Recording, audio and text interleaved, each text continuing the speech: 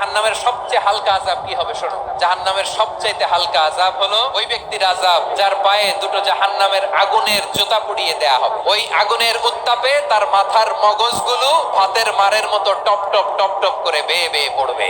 জাহান্নামের অবস্থা এত ভয়ঙ্কর হবে, জাহান্নামের ভেতরে লক্ষ লক্ষ কোটি কোটি কাফির মুশরিককে দেওয়ার পরেও জাহান্নাম বলবে আরো আছে নাকি, আরো দাও, আমার ক্ষুধা নিবারণ হয় নাই। জাহান্নামে তো উত্তপ্ত হবে, জ্বলন্ত হবে, ভয়ঙ্কর হবে। জাহান্নামের এক অংশ আরেক অংশকে খেয়ে ফেলবে। আল্লাহু আকবার। ফেরেশতারাও টালমাটাল হয়ে যাবে। জাহান্নামের রক্ষী ফেরেশতারা কি করবে তারা নিজেরাও বুঝতে পারবে না। কোটি কোটি মুশরিক কাফিরদেরকে জাহান্নামে নিক্ষেপ করার পরেও জাহান্নাম ঠান্ডা হবে না, শান্ত হবে না, বলবে হাল মিন মাজিদ, আরো আছে নাকি, আরো দাও।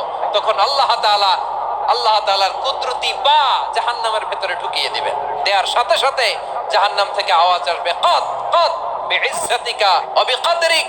আল্লাহ বিইজ্জাতিকা ওয়া বিকারামিক, আল্লাহ আপনার ইজ্জতের কসম, যথেষ্ট হয়েছে, এনাফ এনাফ। সুবহানাল্লাহ পড়তে পারলেন না মজা করে?